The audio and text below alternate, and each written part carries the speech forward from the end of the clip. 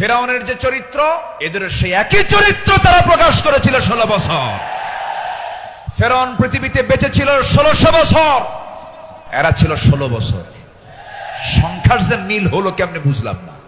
দাড়ি দেখলেই, টুপি দেখলেই তাদেরকে জঙ্গিবাদীর তকমা লাগায় মামলা দিত। আল্লামা সাঈদী তিনি দুনিয়া থেকে বিদায় নিয়েছেন, তার একটাই স্বপ্ন ছিল, এই বাংলার জমিন শাসন হবে কোন দিন কোরআন দিয়া। এটাই তার স্বপ্ন ছিল। সেই স্বপ্ন পূরণ করার জন্য আল্লামা সাঈদীকে জীবন দিয়ে ভালোবাসেন আপনারা, আমি বিশ্বাস করি। কারণ 100 বছরের ইতিহাসে এমন রেকর্ড নাই। আল্লামা সাঈদীর শুধু ফাঁসির রায় দিয়েছিল, সেই রায়কে কেন্দ্র করে একই দিনে শতাধিক মুসলমান শাহাদাত বরণ করেছিল।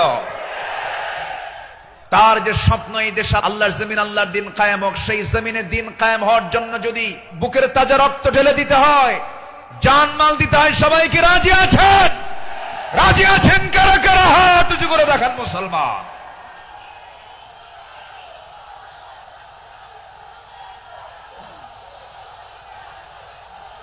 আলোচনা যিনি শুরু করেছেন, এই মাহফিল যাকে দিয়ে আলোচনা শুরু হয়েছে, শহীদ আল্লামা দেলওয়ার হোসাইন সাঈদী রাহিমাহুল্লাহ। তিনি সর্বশেষ এই ময়দানে কথা বলেছেন 2006 সালে। এরপর পৃথিবীতে বেঁচে থাকার পরেও তিনি এই মাহফিল আসতে পারেন নাই। তিনি আসতে চেয়েছেন কিন্তু আসতে দেওয়া হয় নাই। তিনি আজকে আমাদের মাঝ থেকে বিদায় নিয়েছেন। তিনি আলামে বারজাখে আছেন। শুরুতেই আমরা তার রূহের মাগফিরাত কামনা করছি। আল্লাহ তুমি তার কবরটাকে জান্নাতের টুকরা বানায়া দাও। সম্মানিত ভাইয়েরা, আজকে যদি তিনি বেঁচে থাকতেন, এই চেয়ারে বসার যোগ্যতা তো আমাদের নাই। আমি তো জানি আমার এলেম কালাম কদ্দুর। আমি আব্দুল্লাহ আমিন, লা ইলমা লানা ইল্লা মা আল্লামতানা। আজকে এই চেয়ারে তাকে মানায়। তিনি দুনিয়া থেকে বিদায় নিয়েছেন। তার বড় শখ দুটো ছিল, একটা হলো আল্লাহর ঘর জিয়ারা করা, তিনি প্রায় প্রায় বলতেন, আর আরেকটা হলো তিনি যেন বের হয়ে কোরআনের এই ময়দানে যেন তিনি কথা বলতে পারেন। কিন্তু বাতিল শক্তিরা তাকে সেই তার চাওয়াটা পূরণ করতে দেয়নি। 2023 সালের 13ই অগাস্ট চিকিৎসার নাম করে সুস্থ একজন মানুষকে জেলখানা থেকে বের করে হসপিটালে জোর করে ভর্তি করিয়ে ইনজেকশন পুশের মধ্য দিয়ে পয়জনিং করে বিষ প্রয়োগ করে দিল্লির প্রেসক্রিপশনে তাকে হত্যা করা হয়েছে। তাফসীর মাহফিলের এই প্ল্যাটফর্ম থেকে সুস্পষ্ট ভাষায় জানান দিতে চাই, আল্লামা সাঈদীর মতো এই কিংবদন্তির হত্যার সঙ্গে জড়িত চূড়ান্ত শাস্তি নিশ্চিত করা হোক। এ মতের পক্ষে রাজি আছেন কারা কারা? হাত উঁচু করে দেখান মুসলমান।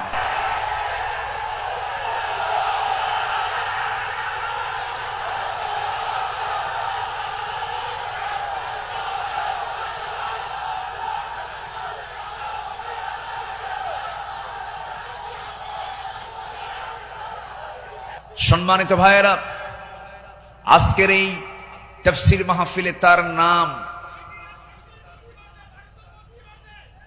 জি বসুন বসুন বসুন বসুন, আজকের এই তাফসীর মাহফিলে তার যদি নামটা না নেওয়া হয় শুরুতে, বড় কৃপণতা হয়ে যাবে। সম্মানিত বন্ধুগণ,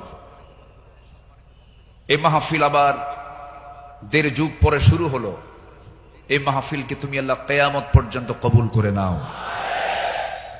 এই মাহফিলের শুরু থেকে নিয়ে আজ পর্যন্ত যারা জড়িত আছেন, যারা বেঁচে আছেন, তাদের প্রতি খাস রহমত নাজিল করো।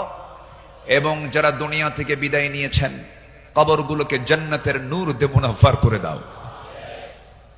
সম্মানিত ভাইয়েরা, আমি আলোচনার সূচনায় সর্বকালের সর্বযুগের সর্বশ্রেষ্ঠ গ্রন্থ complete and balanced code of life আল কোরআন আল মজিদের গুরুত্বপূর্ণ একটি সূরা সূরাতুত তাওবার একটি আয়াত আমি তেলাওয়াত করেছি। সূরা তাওবার 100 নম্বর আয়াত আমি তেলাওয়াত দিয়ে শুরু করেছি। আয়াতটিকে সামনে রেখে কিছু কথা আমি বলতে চাচ্ছি। আল্লাহ যেন আমার মুখ থেকে সেই কথাগুলি বের করে দেন যে কথাগুলো মুসলিম উম্মার জন্য এই মুহূর্তে দারুণ প্রয়োজন। সম্মানিত হাজিরিন, এই পৃথিবীতে শ্রেষ্ঠ মানুষ হচ্ছেন আম্বিয়ে কেরাম, এবং পৃথিবীর প্রথম মানুষও একজন নবী ছিলেন, সাইয়্যিদানা আদম আলাইহিস সালাতু ওয়াস সালাম।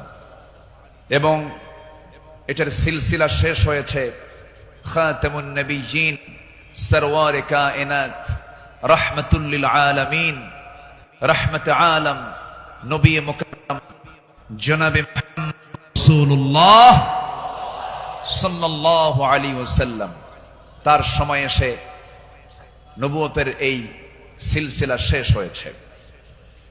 এরপরে যাদের সম্মান মর্যাদা আল্লাহ পাক সবচাইতে বেশি দিয়েছেন তারা হচ্ছেন সাহাবায়ে কেরাম।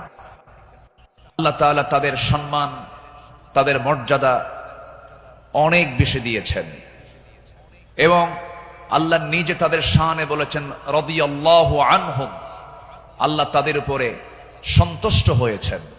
আল্লাহ নিজে যদি বলেন আমি তাদের উপরে সন্তুষ্ট হয়েছি, তাদের হবে জান্নাত হবে, এটাই স্বাভাবিক। সেই সাহাবে কেরামদের জীবন থেকে কিছু কথা, আমার নবীর আদর্শে গড়া সাহাবীদের বিপ্লবী জীবন, মুমিনের অনুসরণীয় পথ, এই বিষয়ে আমি আজকে কিছু কথা বলতে চাচ্ছি। ওয়ামা তাওফীকি ইল্লা বিল্লাহ আলাইহি তাওয়াক্কালতু ওয়া ইলাইহি উনীব। আসুন সোজা আমরা আলোচনার দিকে চলে যাই। যেহেতু এক রাত আমি পেয়েছি, আল্লামা সাঈদ রাহিমাহুল্লাহ এমন একজন ব্যক্তি ছিলেন, একটানা একজন আলোচক 5 দিন একই প্ল্যাটফর্মে কথা বলেছেন। এমন রেকর্ড বাংলার জমিন আজ পর্যন্ত কেউ দেখাতে পারেন নাই। বলি আলহামদুলিল্লাহ, জোরে বলি আলহামদুলিল্লাহ। সম্মানিত হাজিরিন, আমরা যে কিতাব নিয়ে বসেছি এই কিতাব আসমানি কিতাব। পৃথিবীর সকল কিতাব হলো দুনিয়ার, আর এই কিতাব হলো আসমানি, স্বতন্ত্র একটি কিতাব। আল্লাহ রাব্বুল আলামিন তার কালামে তার পরিচয় দিয়ে অনেক সূরার সামনে আগে এই কিতাবের সৌন্দর্য তুলে ধরেছেন, এই কিতাবের পরিচয় আগে তুলে ধরেছেন। যেমন কোরআন খোলার সঙ্গে সঙ্গেই আমরা পেয়ে যাই আমার রবের পরিচয় আলহামদুলিল্লাহি রাব্বিল আলামিন। এরপরে আমরা যখন সেকেন্ড সূরাতে আসি তখন পেয়ে যাই এই কিতাবের পরিচয় যালিকাল কিতাব লা রাইবা ফীহি।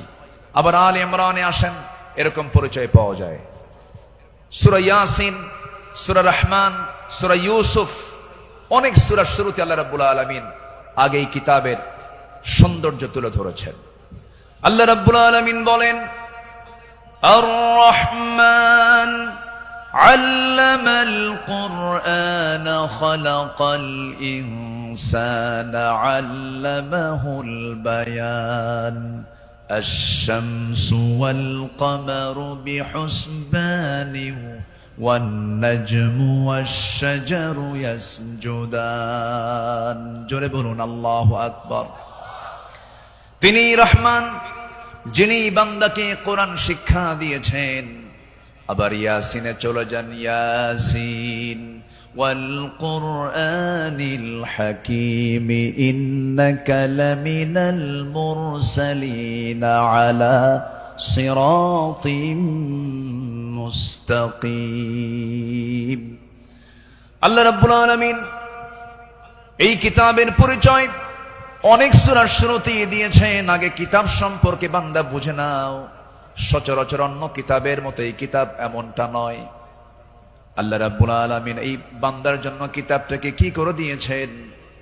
আল্লাহ রাব্বুল আলামিন বলেন, তিবিয়ানাল লিকুল্লি শাই, তোমার জীবনের জন্য যা কিছু প্রয়োজন সব আয়োজন আমি এর মধ্যে করে দিয়েছি, কোথাও যাওয়ার দরকার নাই। ফাআইনা তাযহাবুন ইন হুয়া ইল্লা যিকরুল লিল আলামিন লিমান শাআ মিনকুম আইয়াস্তাকিম ওয়া মা তাশাউনা ইল্লা আইয়াশা আল্লাহু রাব্বুল আলামিন। জোরে বলুন আল্লাহু আকবার। তুমি কোথায় যাও, কোন পথে দৌড়াচ্ছ, দুনিয়ার কোন তন্ত্র মন্ত্রের দিকে দৌড়াও, দুনিয়ার কোন আইনের দিকে দৌড়াও, এই পৃথিবীতে 70 থেকে 80টি মানব রচিত মতবাদ আছে। সমস্ত মতবাদকে তোমার ধিক্কার মারতে হবে, পচা বস্তাগুলোকে ফেলে দিয়া আল্লাহর আহ্বান হলো ইন হুয়া ইল্লা যিকির, এই জিকিরের দিকে চলে আসো। কোরআন তোমাকে সুপারিশ করে জান্নাতের দরজায় পৌঁছায়া দেবে। কোরআনের দল ছাড়াও এই দেশে আরো দল আছে না নাই? আসতে বলবেন না, আছে না নাই? ইসলামী দল ছাড়া আরো দল এই দেশে আছে না নাই? কিন্তু আল্লাহর কাছে মনোনীত দল একটাই, ইন্নাদ-দীনা ইনদাল্লাহিল ইসলাম। ইসলাম ছাড়া অন্য কিছু যে গ্রহণ করবে, সোজা কথা আল্লাহ পাক বলে দিচ্ছেন, ওয়ামান ইয়াবতাগি গায়রাল ইসলামি দীনান ফালান ইউকবালা মিনহু, যে ব্যক্তি জীবন বিধান হিসাবে, দল হিসাবে ইসলামকে বাদ দিয়ে অন্য কোন দিনকে গ্রহণ করবে, তার কোনো কিছুই গ্রহণ করবেন না তিনি কে? এই কথা কে বলেছেন? অতএব দল করতেই হবে, সেই দল হতে হবে কার দল? আসতে বলবেন না, কার দল? আল্লাহ রাব্বুল আলামিন বলেন, ইন্নামা ওয়ালিয়্যুকুমুল্লাহু ওয়া রাসূলুহু ওয়াল্লাযীনা আমানুল্লাযীনা ইউকিমুনাস সালাতা ওয়া ইউতুনাজ যাকাতা ওয়া হুম রাকিউন ومن يتول الله ورسوله والذين آمنوا فإن حزب الله هم الغالبون। যারা আল্লাহর দল করবে তারাই বিজয়ী হবে। ঘোষণাকার, ঘোষণাকার আল্লাহ। ছাড় দেন কিন্তু ছেড়ে দেন না, ঠিক কিনা? ছাড় দেন কিন্তু ছেড়ে দেন না। দেখেন না, যাওয়ার রাস্তা পাইল না, শেষে ভাঙ্গা হেলিকপ্টারে বিদায় নিল, ঠিক কিনা? যুগে যুগে যারাই আসমানি কিতাব নিয়ে ষড়যন্ত্র করেছে, যুগে যুগে যারাই জগতের শ্রেষ্ঠ সন্তান আলেমদেরকে নিয়ে ষড়যন্ত্র করেছে, তাদের অবস্থায় ফিরআউনদের মতো হয়েছে, হামানদের মতো হয়েছে, নমরুদদের মতো হয়েছে। সম্মানিত ভাইরা, এই কোরআনকে আমরা মানব শুধু নামাজে না সমাজেও? এই কোরআনকে মানতে হবে এক জায়গায় না সব জায়গায়? সব জায়গায় মানব। জোরে বলি ইনশাআল্লাহ। এর মধ্যে কোনো তথ্য বাদ পড়েনি, সব তথ্য আল্লাহ পাকের মধ্যে দিয়েছেন। মিন শাইইন ওয়ালা আসগরা মিন যালিকা ওয়ালা আকবারা ইল্লা ফি কিতাবিম মুবিন। এমন কোন ছোট বিষয় নাই যা বাদ পড়েছে, আবার এমন কোন বড় বিষয় নাই যা বাদ পড়েছে। সব বলে দিয়েছেন তিনি আমার কে? আল্লাহ পাক। আল্লাহ তাআলা একটা সূরা নাজিল করেছেন, সূরাতুন নাহল, মৌমাছি। শতকের পর শতক, হাজারো গবেষণার পরে সর্বপ্রথম 1973 সালে অস্ট্রিয়ান একজন বিজ্ঞানী কার্ল ভন ফ্রিশ মৌমাছির জীবন চক্র নিয়ে গবেষণা করে তিনি নোবেল পুরস্কার পান। তিনি এই বিষয়ে একটা বইও লিখেছেন যার নাম হলো দ্য ড্যান্সিং বিজ। তিনি সর্বপ্রথম ফটোগ্রাফির মাধ্যমে প্রমাণ করে দেখিয়েছেন মূলত ফিমেল ওয়ার্কার বি, মধু সংগ্রহ এবং মৌচাক নির্মাণের মূল কর্মী তারা। অথচ মহান রব্বুল আলামিন আজ থেকে ১৫০০ বছর আগে এই নারী কর্মী মৌমাছির কথা জানিয়ে দিয়েছেন কোরআনে ১৫০০ বছর আগে। জোরে বলি সুবহানাল্লাহ। আল্লাহ রাব্বুল আলামিন বলেন, وَأَوْحَى رَبُّكَ إِلَى النَّحْلِ أَنِ اتَّخِذِي مِنَ الْجِبَالِ بُيُوتًا وَمِنَ الشَّجَرِ وَمِمَّا يَعْرِشُونَ। জোরে বলুন আল্লাহু আকবার। আমার বন্ধুগণ, নাম্বার 2 হলো আল্লাহ রাব্বুল আলামিন এই মৌমাছিনি যে তথ্যগুলো দিয়েছেন সেই তথ্যের হালে এসে তারা বলতেছে, কিন্তু ১৫০০ বছর আগে আল্লাহ রাব্বুল আলামিন তা জানিয়ে দিয়েছেন। আল্লাহ রানী মৌমাছিকে, স্ত্রী মৌমাছিকে ওহী দিয়ে জানাচ্ছেন, তুমি পাহাড়ে, গাছে এবং তারা যে গৃহ নির্মাণ করে তাতে নিবাস তোমরা বানায় নাও। জোরে বলি সুবহানাল্লাহ। নাম্বার 2, তিনি প্রমাণ করেছেন যখন একটি কর্মী মৌমাছি নতুন ফুলের বাগান বা উদ্যান খুঁজে পায় তখন সে অন্য মৌমাছিদের সঠিক পথের দিক নির্দেশনা দেয়। কার্ল ভন ফ্রিচ এই নাচের নামটা দেন হচ্ছে ওয়াগল ড্যান্স, যা পৃথিবী জুড়ে সাড়া ফেলে। অথচ এই তথ্য কোরআনের কাছে অনেক পুরাতন। মহান আল্লাহ তাআলা ১৫০০ বছর আগে এটাও জানিয়ে দিয়েছেন। জোরে বলি সুবহানাল্লাহ। আল্লাহ রাব্বুল আলামিন বলেন, সুম্মা কুলি মিন কুল্লি সামারাতি ফাসলুকি সুবুলা রাব্বিকা যুলুলা। জোরে বলুন আল্লাহু আকবার। তুমি প্রত্যেক ফল থেকে আহার করো এবং তুমি আমার রবের সহজ পথে চলো। আল্লাহু আকবার। বিজ্ঞান হালে বলছে, কোরআন ১৫০০ বছর আগে বলছে। তাহলে এখন বলুন, বিজ্ঞান কোরআন বিজ্ঞান থেকে নিয়েছে না বিজ্ঞান কোরআন থেকে ধার করেছে? বিজ্ঞান কোরআন থেকে ধার করেছে। এখানে শেষ নয়। নাম্বার 3, বর্তমান সময়ে বিজ্ঞানীরা নিখুঁত গবেষণার মাধ্যমে প্রমাণ করেছেন আসলে মধু বের হয় মৌমাছির পেট থেকে। মৌমাছির পেট থেকে। এই আশ্চর্য তথ্যটিও মহান রব্বুল আলামিন ১৫০০ বছর আগেই জানিয়ে দিয়েছেন। সুবহানাল্লাহ। আল্লাহ রাব্বুল আলামিন বলেন, ইয়াখরুজু মিন বুতুনিহা শারাবুম মুখতালিফুন আলওয়ানুহু ফীহি শিফাউন লিন-নাস ইন্না ফী যালিকা লাআয়াতান লিকাওমিন ইয়াতাফাক্কারুন। জোরে বলুন আল্লাহু আকবার। তার পেট থেকে এমন পানীয় বের হয় যা রং ভিন্ন ভিন্ন, যাতে রয়েছে মানুষের জন্য রোগ নিরাময়। নিশ্চয় এতে নিদর্শন রয়েছে সেই কওমের জন্য যারা চিন্তা করে। জোরে বলে সুবহানাল্লাহ। আল্লাহ তাআলার কি একটা ফার্মাসিউটিক্যাল কোম্পানি, কি বিশাল বড় একটা ফ্যাক্টরি আল্লাহ পাক মৌমাছিকে এই দায়িত্ব দিয়ে দিয়েছেন। 1 পাউন্ড মধু বানাতে 550 মৌমাছিকে প্রায় 20 লাখ ফুলে ভ্রমণ করতে হয়। সুবহানাল্লাহ বলবেন না? সেখানে একটা কর্মী মৌমাছিকে 80,000 কিলোমিটার পথ অতিক্রম করতে হয়। অন্য একটি গবেষণায় এসেছে 14.5 লাখ কিলোমিটার পথ অতিক্রম করতে হয়, যা দিয়ে পুরো পৃথিবীটাকে 3 বার প্রদক্ষিণ করা সম্ভব। শুধু 1 পাউন্ড মধু তৈরিতে মৌমাছির এত কষ্ট করতে হয়। আল্লাহু আকবার বলেন। মহান আল্লাহ তাআলা এই মৌমাছির মধ্যে সঠিক পরিমিত তাপমাত্রা বোঝার মতো আশ্চর্য একটা ক্ষমতা দিয়েছেন। মৌচাকের সঠিক তাপমাত্রা 35 ডিগ্রি সেলসিয়াস থাকা প্রয়োজন।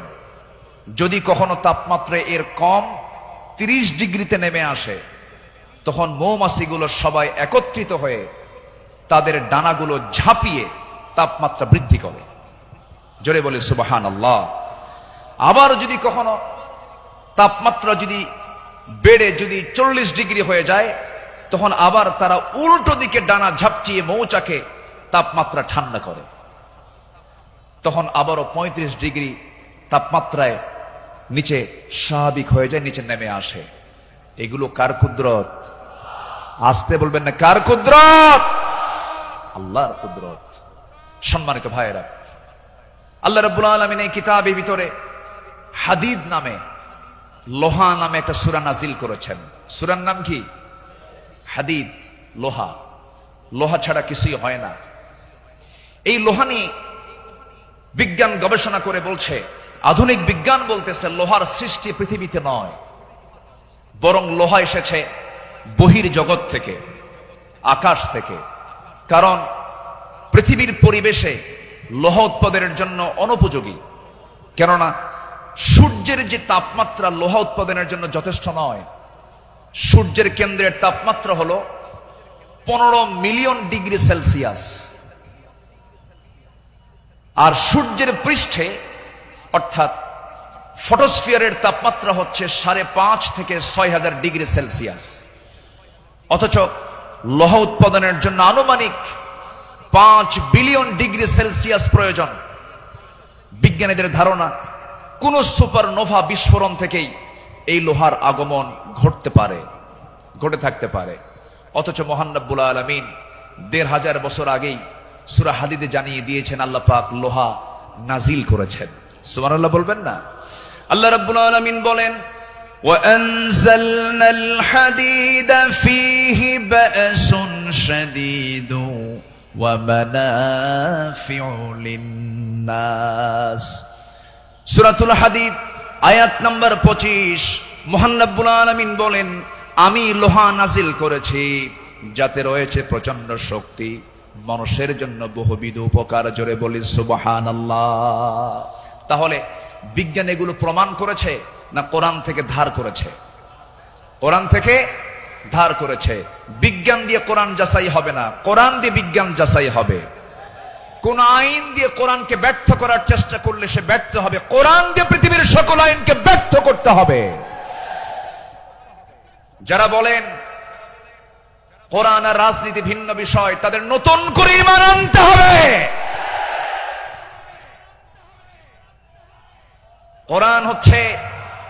কোরআন হচ্ছে আইন এবং প্রশাসনের চলন্ত বিশ্বকোষ। এটা দিয়েই নামাজ যেমন চলতে পারে, সমাজও চলতে পারে। কোরআন দিয়ে ক্যান্টনমেন্ট চলবে, কোরআন দিয়ে প্রশাসন চলবে। কোরআন দিয়ে চলতে পারে না এমন কোন প্ল্যাটফর্ম নেই, কোরআন দিয়ে সব চলবে, এটাই স্বাভাবিক। এই বিশ্বাস যার আছে তার ঈমান আছে, এই বিশ্বাস যার নাই তার ঈমান নাই, নাই, নাই।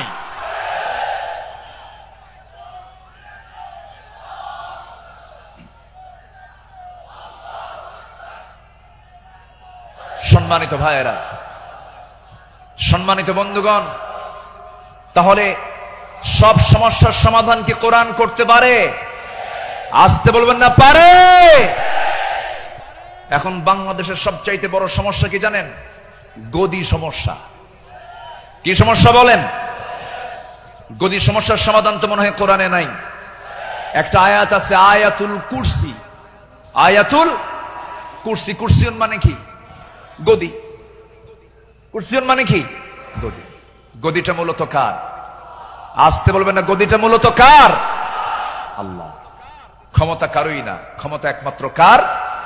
আল্লাহ। কোরআন সম্পর্কে সংক্ষিপ্ত একটা ধারণা আল্লাহর সিস্টেম মতোই, আল্লাহ এই পদ্ধতিতেই তিনি আলোচনা করেছেন। কোরআনে তার কথাগুলো এইভাবে আসছে। আসুন আমরা এখন মূল ওই আয়াতটার দিকে আমরা চলে যাচ্ছি। সম্মানিত বন্ধুগণ,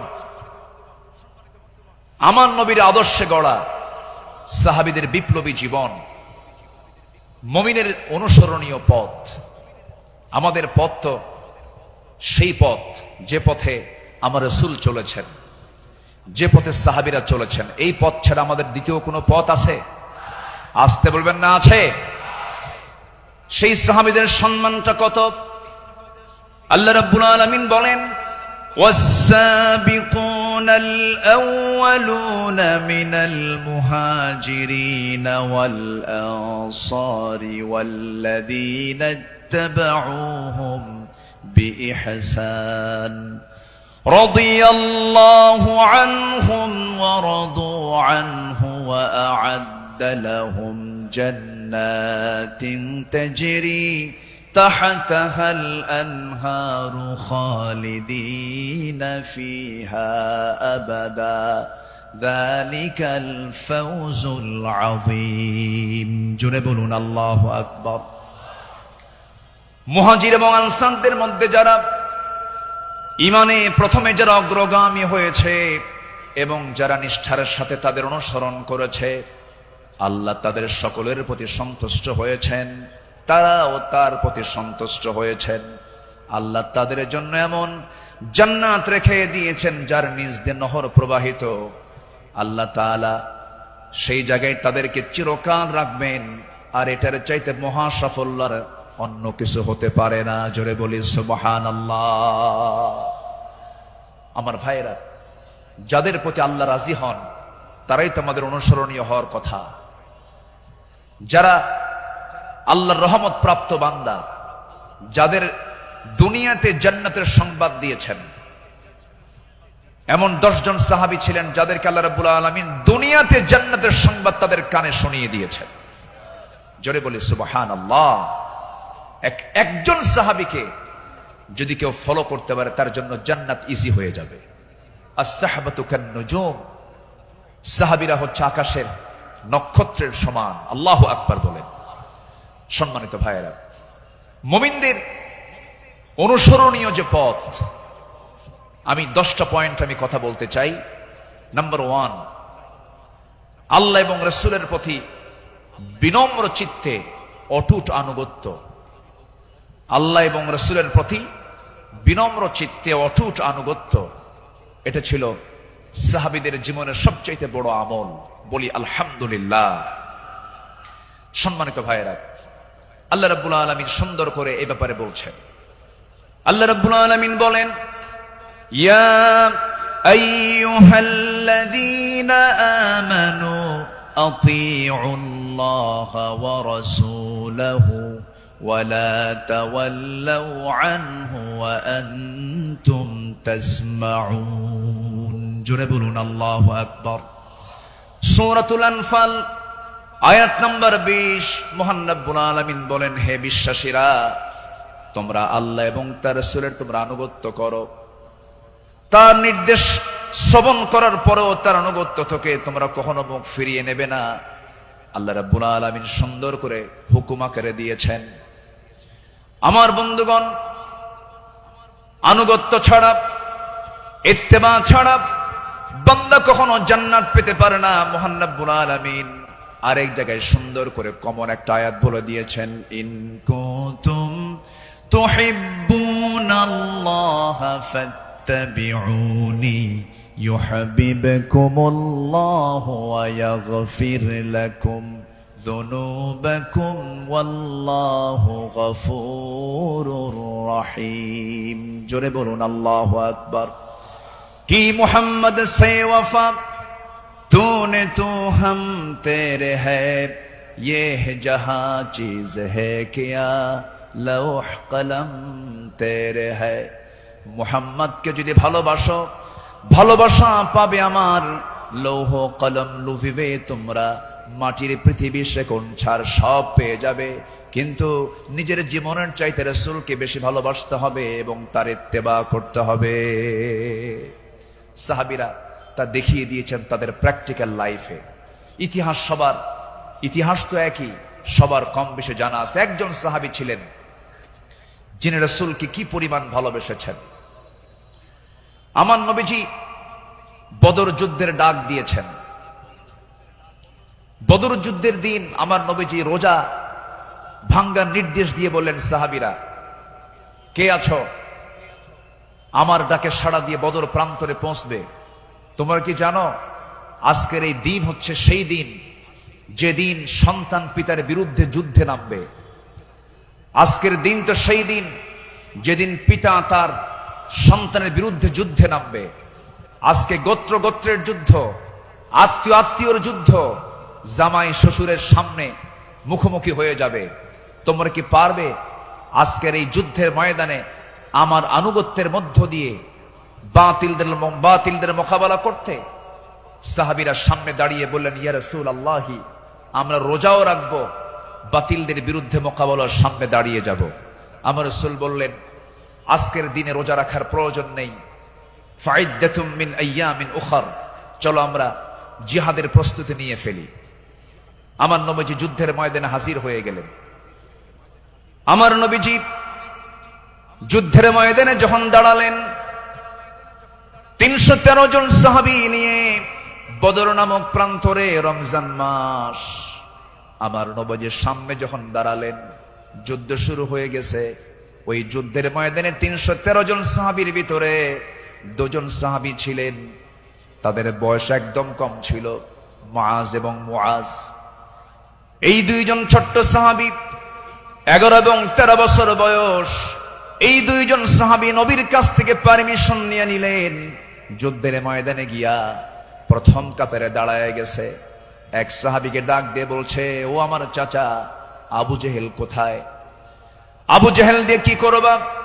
সঙ্গী সঙ্গী ছোট্ট 2 জন দারাজ গলায় দারাজ কণ্ঠে বলে ফেলতেছে, আমরা শুনেছি আবু জেহেল নাকি রাসূলকে খুব কষ্ট দিত, খুব জুলুম করত। আজকে আমরা কারো বিরুদ্ধে যুদ্ধ করতে আসি নাই, আবু জেহেলকে আজকে দুনিয়া থেকে বিদায় করার জন্য আজকে আমরা যুদ্ধে হাজির হয়েছি। ছোট্ট বাচ্চা মানুষ, ছোট কিন্তু ইমান খুব বড়, মজবুত ইমান। এই ছোট্ট বাচ্চার কথা শুনে ওই সাহাবী আশ্চর্য হয়ে গেলেন। সাহাবী আশ্চর্য হয়ে বলতেছে, তোমরা কি তাকে সত্যি হত্যা করবে নাকি? হত্যা করব। ওই যে দেখা যায় ঘোড়ার পিঠে বসে আছে, 2 দিকে পা ছেড়ে দেওয়া। শুধু বলতে দেরি হয়েছে, যেতে দেরি হয় নাই। সিংহের মতো গর্জন দিয়া বাস পাখির মতো উড়ন্ত হয়ে দৌড় মারা শুরু করে দিয়েছে। আবু জেহেলের 2 পাশে 2 জন দাঁড়ায় গেছে। লোকজন টের পায় না এটা কোন গ্রুপের মানুষ। 2 জন ছোট্ট বাচ্চার হাতে ছোট্ট তরবারি ছিল। এত জোরে সজোরে আঘাত করেছে 2 জন মিলে, আল্লাহু আকবার বলে আবু জেহেল ওই যে জমিনে ধরাশয়ী হয়ে পড়ে গেছে। কোমর সোজা করে আবু জেহেল আর দাঁড়াতে পারে নাই। এইদিকে বড় ভাই মুআজের পিছন থেকে একজন কাফের এসে তার ডান হাতে পিছন দিক থেকে তরবারির যখন একটা আঘাত দিয়েছে, এক আঘাতে তার ডান হাতটা চামড়ার সঙ্গে ঝুলতে লাগলো। ঝনঝন করে তরবারি পড়ে গেছে। যুদ্ধ করবেন কেমনে? তার ডান হাতটা ঝুলতেছে চামড়ার সাথে। দৌড় মেরে চলে গেছেন, বাম হাতে তরবারি তুলে নিয়েছেন। যুদ্ধ থামালেন না। যুদ্ধ চালাতে গিয়ে দেখা গেল ডান হাতটা চামড়ার সঙ্গে ঝুলে আছে। ঝুলন্ত হাতটা এসে বাম হাতে বারবার ধাক্কা খাচ্ছে, ডিস্টার্ব হচ্ছে মনে করে ঝুলন্ত ডান হাতটা বাম্পার নিচে রেখে এত জোরে টান মারলেন, এক টানে হাতটা ছিটকে পড়ে গেল। বাম হাতে যুদ্ধ চালাতে লাগলেন। বাম হাত পিছন দিক থেকে আঘাত করে তার কেটে ফেলে দিল। ঝনঝন করে তরবারি পড়ে গেছে, আর যুদ্ধ করতে পারছেন না। যুদ্ধ করবেন কেমনে? 2 হাতিতে চলে গেছে। আরেকজন কাফের এসে গর্দান বরাবর যখন আঘাত এনেছে, দুনিয়া থেকে এই ছোট্ট 13 বছরের নাবালক সন্তান দুনিয়া থেকে বিদায় নিয়ে গোটা বিশ্ববাসীকে জানান দিচ্ছে, ও পৃথিবীর মানুষ, আমরা দিন কায়েমের জন্য যে জীবন দিলাম, এমন করেই দিন কায়েমের পথে জীবনটা দিতে হয়। জোরে বলি সুবহানাল্লাহ, আরো জোরে বলি সুবহানাল্লাহ, আরো জোরে বলি সুবহানাল্লাহ।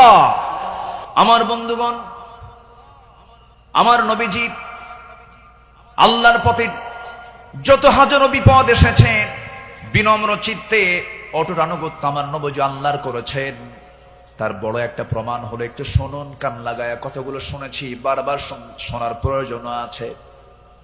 নবীজি তার জীবনের সবচাইতে বেশি মার খেয়েছেন 2 জায়গায়। একটা হলো তায়েফের ময়দান, আরেকটা হচ্ছে উহুদের ময়দান। তায়েফের ময়দানের আঘাতটা আমার নবীজির যে পরিমাণ লেগেছিল, মাথা থেকে পা পর্যন্ত ক্ষত বিক্ষত হয়ে পড়েছিল, এমন কোন জায়গা নেই যে জায়গায় নবীজির দাগ ছিল না। ওহদের ময়দানে তিনি দাঁত হারিয়েছেন। খন্দকের পরীক্ষা খনন করতে গিয়ে তিনি তার কোমর হারিয়েছেন। যখন পরীক্ষা খনন করতে গেছেন, 4 দিনের না খাওয়া রাসূল পরীক্ষা খনন করতে গিয়ে ওই যে কোমর কুঁজো হয়ে গিয়েছিল, মৃত্যুর দিন পর্যন্ত আমার নবীজি কোমর সোজা করে দাঁড়াতে পারেন নাই। এত বড় কঠিন মুসিবতের সম্মুখীন আমার নবীজি হয়েছেন। সবচেয়ে কঠিন টাইম চলে গেছে হলো তায়েফের ময়দানে। বুক ভরা আশা নিয়ে কালেমার দাওয়াত দিতে গেছেন, কিন্তু সেই জায়গায় গিয়ে আমার নবীজি ফুল পেয়েছেন না পাথর পেয়েছেন? ফুল পেয়েছেন না পাথর পেয়েছেন? পাথর পেয়েছেন। কিন্তু আমার নবীজি রক্তাক্ত অবস্থায় পড়ে থাকলেন। জুতার তলার সঙ্গে পায়ের তলার জমাট বেঁধে গেছে। নবীজি দাঁড়াতে পারছেন না, সেন্সলেস হয়ে পড়েছিলেন। কিন্তু যখন হোশটা ফিরে আসলো, মালাকুল জিবাল এসে নবীকে লক্ষ্য করে বলছেন, ইয়া রাসূলুল্লাহ, 2 দিকের পাহাড় দিয়ে চাপা দিয়ে এদেরকে আমি শেষ করে দিই, আপনি শুধু অর্ডার করেন। জবাবে আমার রাসূল বললেন, লা বাল আরজু আন ইউখরিজাল্লাহ মিন আসলাবিহিম মান ইয়াবুদুল্লাহ ওয়াহদাহু লা ইউশরিকা বিহি শাইআন। সহিহ মুসলিমের হাদিস এসেছে, রাসূল বললেন, না না ও ফেরেশতা, এদেরকে চাপা দিয়ে মেরো না। আমি আশা করি এদের ওরস থেকে যে সন্তান জন্ম নেবে তারা আল্লাহর ইবাদত করবে। জোরে বলি সুবহানাল্লাহ। রাসূল তাদেরকে মাফ করে দিয়েছেন। আমার বন্ধুগণ, আমার নবীজি আনুগত্য কাকে বলে আল্লাহ রাসূল তা শিখিয়ে দিয়েছেন, সাহাবাদের জীবনে তা শিখিয়ে দিয়েছেন। সাহাবে কেরাম রাসূলকে জীবন দিয়ে ভালোবেসেছেন। মিকদাদ রাদিয়াল্লাহু তাআলা আনহু রাসূলকে সামনে দাঁড় করিয়ে বলছেন, ইয়া রাসূলুল্লাহি ওয়াল্লাহি ইয়া রাসূলুল্লাহ লা নাকুলু কামা ক্বালাত বানু ইসরাঈল লিমূসা ফাযহাব আনতা ওয়া রাব্বুকা ফাকাতিলা ইন্না হাহুনা কাঈদুন ওয়ালাকিন্নানা নুকাতিলু আন ইয়ামিনিক ওয়া আন ইয়াসারিক ওয়া মিন বাইনি ইয়াদাইক ওয়া মিন খালফিক। জোরে বলি আল্লাহু আকবার। হে রাসূল, আমাদের কেমন পাবেন না? যেমন করে মুসার উম্মত মুসাকে বলেছেন, এমন করে আমরা তা বলবো না, আপনাকে বলবো। আমরা আপনার ডান থেকে বাম থেকে সামনে থেকে পিছন থেকে যখন ডাক দিবেন বাতিল শক্তির মোকাবেলায় ঝাঁপ দিয়ে পড়বো। জোরে বলি আল্লাহু আকবার। আমার নবীর চেহারায় আনন্দের ঝলকানি প্রকাশ পেল। সাহাবীরা আমার নবীর চতুর্পার্শ্বে সবসময় ছায়া দিয়ে রেখেছেন। জীবনের চাইতে তারা রাসূলকে বেশি ভালোবেসেছেন। আনুগত্য কাকে বলে? এই পৃথিবীতে প্রধান কাতারে যারা ছিলেন তারা হচ্ছেন সাহাবে কেরাম। সাদ ইবনে মুআজ রাদিয়াল্লাহু তাআলা আনহু বদর যুদ্ধের দিন মৃত্যুর ভয় না করে নবীর আনুগত্যে দাঁড়িয়ে দীপ্ত কণ্ঠে বলেছিলেন, ফাওয়াল্লাযী বাআসাকা বিল হক লাউ ইসতা'রাদতু বিনা হাযাল বাহরা ফাখুদতাহু লাখুদনাহু মা'আক।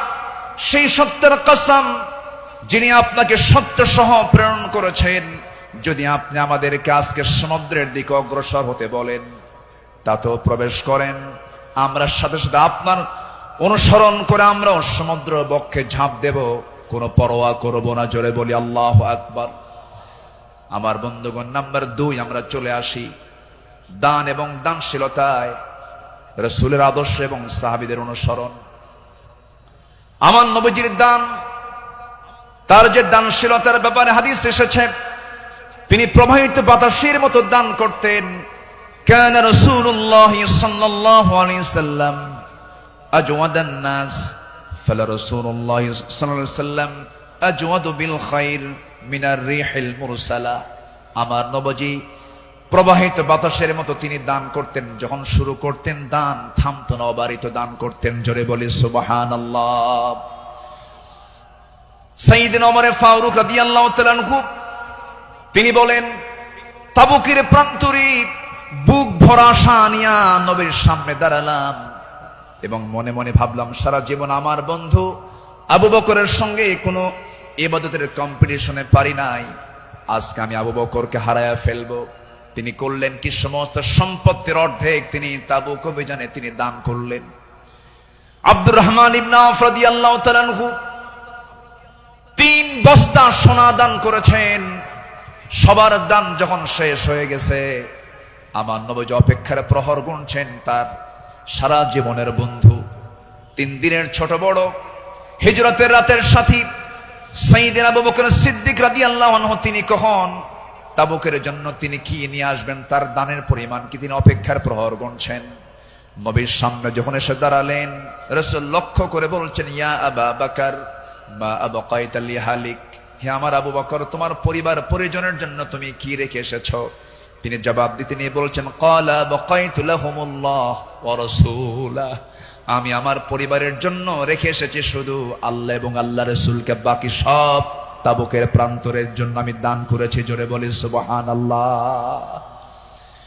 আমার নবীজি তার শানে বলেছেন, ওমা নাফানি মালু হাদিন কাত মা নাফানি মালু আবি বকর, আমার আবু বকরের অর্থ দিয়ে আমার যেমন উপকার হয়েছে এমন উপকার আমার অন্য কারো দিয়ে হয় নাই। প্রতিটি মানুষের ইহসান পরিশোধ করতে পেরেছি আমি, রাসূল যে পরিশোধ করতে পেরেছি, কিন্তু আমার আবু বকরের ইহসান সমূহ এমন যে তার প্রতিদান কেবল আল্লাহ ছাড়া কেউ প্রতিদান দিতে পারবে না। জোরে বলি সুবহানাল্লাহ। আমার ভাইয়েরা, আল্লাহ রাব্বুল আলামিন সন্তুষ্টির জন্য বান্দাকে জানিয়ে দিচ্ছেন, বান্দা তোর দানটা হবে শুধুমাত্র আমার জন্য, দানের পুরস্কার হলো জান্নাত। সাহাবে কেরাম তা শিখিয়ে দিয়েছেন।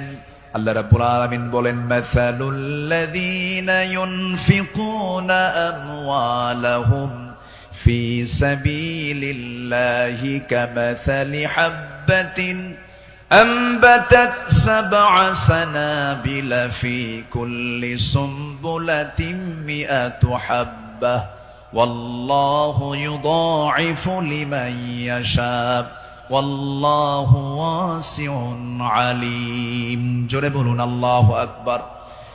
যারা আল্লাহর পথে তাদের সম্পদ ব্যয় করে, তাদের উপমা হলো একটা বীজের মতো যা উৎপন্ন করলো 7টা শীষ, প্রতিটি শীষে রয়েছে 100 দানা। তারা আর আল্লাহ যাকে চান তার জন্য এমন করেই বাড়িয়ে দেন। আল্লাহ হচ্ছেন সবচাইতে প্রাচুর্যময় এবং সর্ব বিষয়ে জ্ঞানী। জোরে বলি সুবহানাল্লাহ।